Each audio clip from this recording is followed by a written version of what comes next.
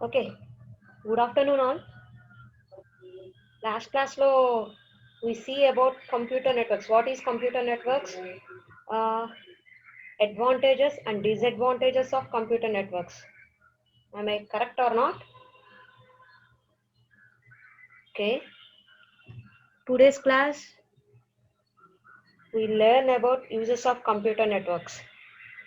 Okay. First of all, we we have so many applications using computer networks. So many applications. In our daily life, we use computer networks. Without computer networks, we don't do anything. In daily life, every day. Okay. So there are some applications, business applications, home applications, mobile users, mobile applications. Okay. So now first I want to tell about traditional applications.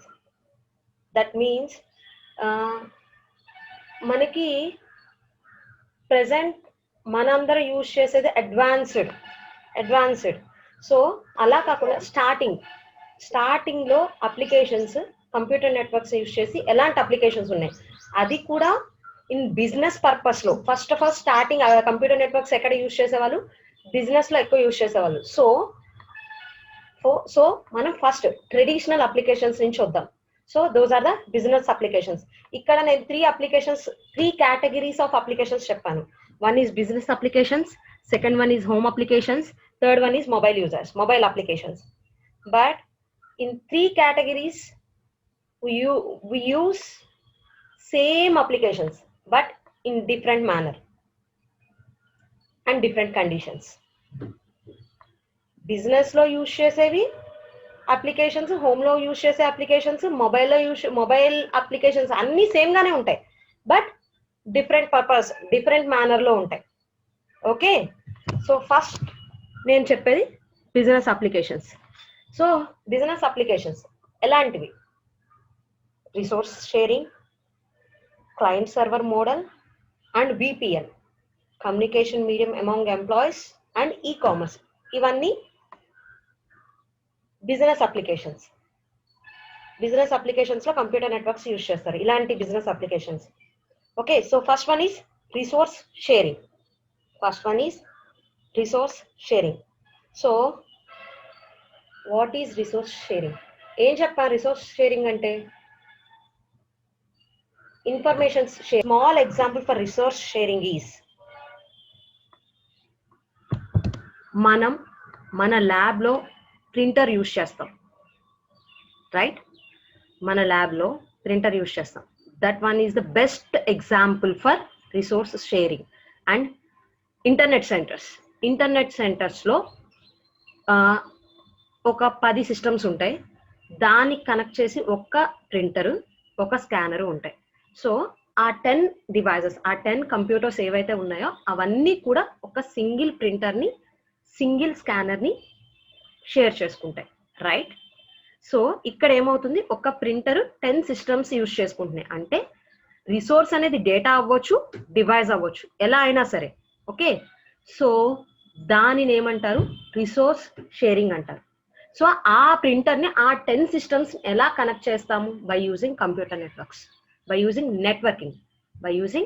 Networking so device sharing it may be resource means it may be device are data ఎట్లా అయినా సరే so ఇక్కడ resource అనేది ఏమవుతుంది internet సెంటర్కి వచ్చేదానికి device అవుతుంది so ఇప్పుడు డేటా షేరింగ్ ఓకే దెన్ ఇప్పుడు నేను డేటా షేరింగ్కి వస్తున్నాను data sharing means information files okay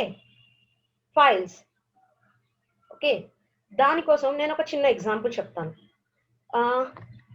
A company may have computers for each worker.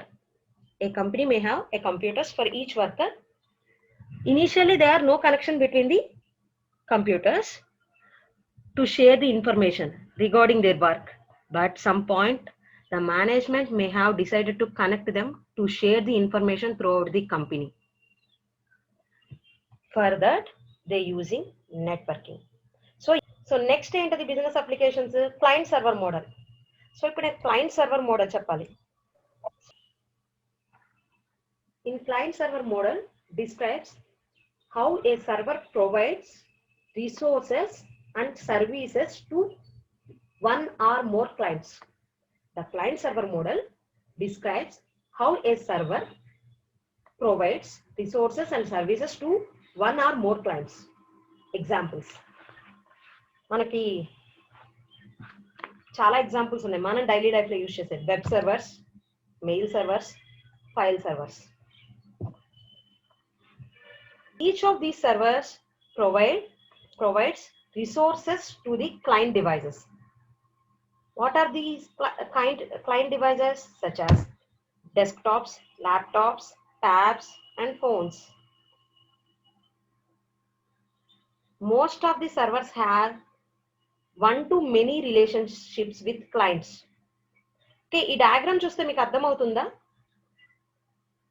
నాకు ఇక్కడ క్లయింట్ సర్వర్ మోడల్కి నేను ఒక డయాగ్రామ్ పెట్టాను.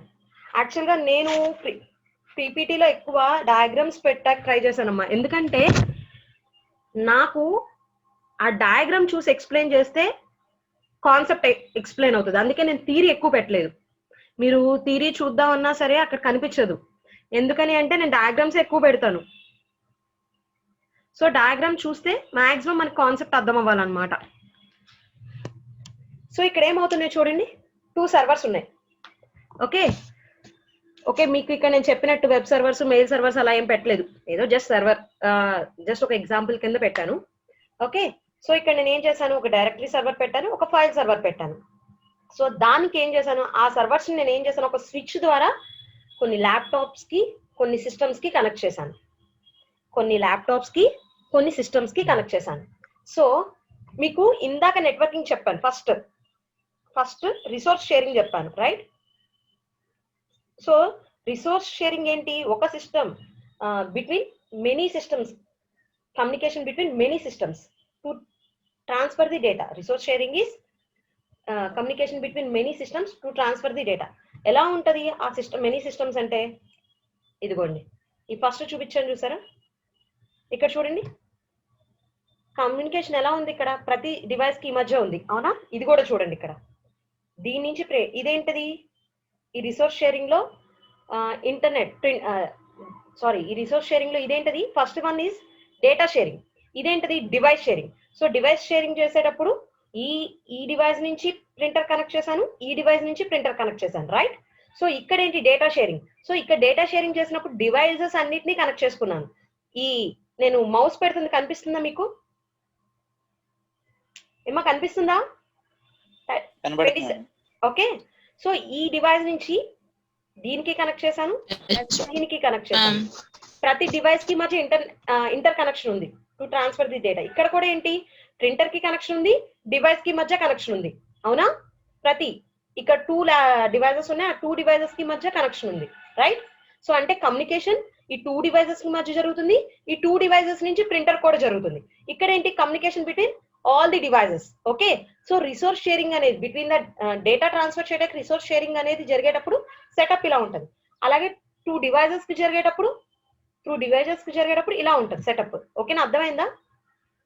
డేటా షేరింగ్ జరిగేటప్పుడు between the devices between the computers జరిగేటప్పుడు సెటప్ ఇలా ఉంటుంది.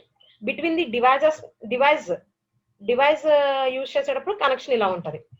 ఓకే, సో అదేంటి రిసోర్స్ షేరింగ్ కోసం. ఓకే, ఇప్పుడు నేనేం మాట్లాడుతున్నాను, now I'm talking about client server model. So ఇక్కడ చూడండి కనెక్షన్ ఇక్కడ కనెక్షన్ ఎలా ఉంది ఒకసారి చెక్ చేయండి. సర్వర్ ఉంది, కంప్యూటర్స్ ఉన్నాయి, బట్ ఏ కంప్యూటర్ కి మధ్య computer A, computer B, computer C connection ఉందా? వాటికి మధ్య కనెక్షన్ ఉందా? there is no connection between computers and laptops. There is only connection between computers to servers through switch. Okay, ఇక్కడ ఏం జరుగుతుంది, కంప్యూటర్ కి సర్వర్స్ కి మధ్య కనెక్షన్ ఉంది, త్రూ స్విచ్ ద్వారా కనెక్షన్ ఉంది. ఓకే, సో ఇక్కడ ఏం జరుగుతుంది, ఇందాకేంటి data sharing between the devices జరిగింది. బిట్వీన్ ది డివైజెస్ మీన్స్ అమ్మా ఇక్కడ నేను ఒక క్లారిటీ ఇస్తున్నాను, డివైజర్ అంటే ఓన్లీ ప్రింటరు, స్కానర్స్ ఇవన్నీ కాదు. It may be A computer, it may be A laptop, it may be A mobile, it may be printer, scanner, anything ఏదైతే డేటా ట్రాన్స్ఫర్ చేస్తుందో అండ్ ఏదైతే డేటా రిసీవ్ చేసుకుంటుందో అవన్నీ కూడా devices వస్తుంది. So devices అంటే computers వేరుగా, ప్రింటర్స్ వేరుగా, example బట్టి అర్థం చేసుకోవాలి. ఓకే, సో ఇక్కడ ఏమవుతుంది, ఇక్కడ డివైజెస్ కి మధ్య కనెక్షన్ లేదు.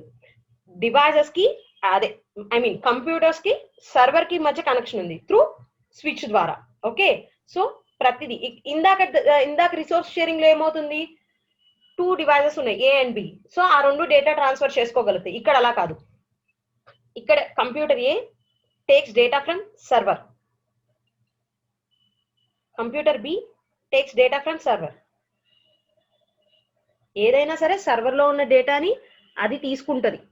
సర్వర్ కి దానికి మధ్య కనెక్షన్ ఉంటుంది. Data transfer between computer and server.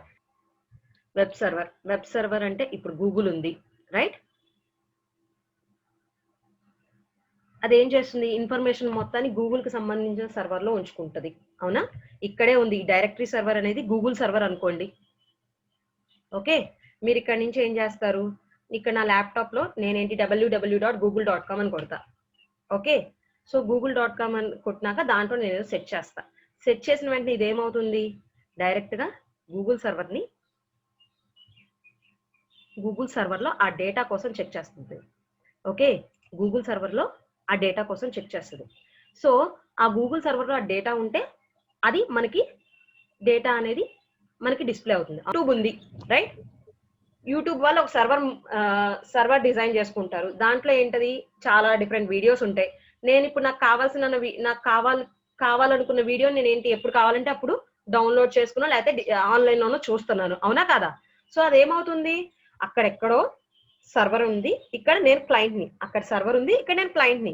So server లో నుంచి డేటాని నేను ఇక్కడ యూజ్ చేసుకుంటున్నాను. అంతేనా కాదా?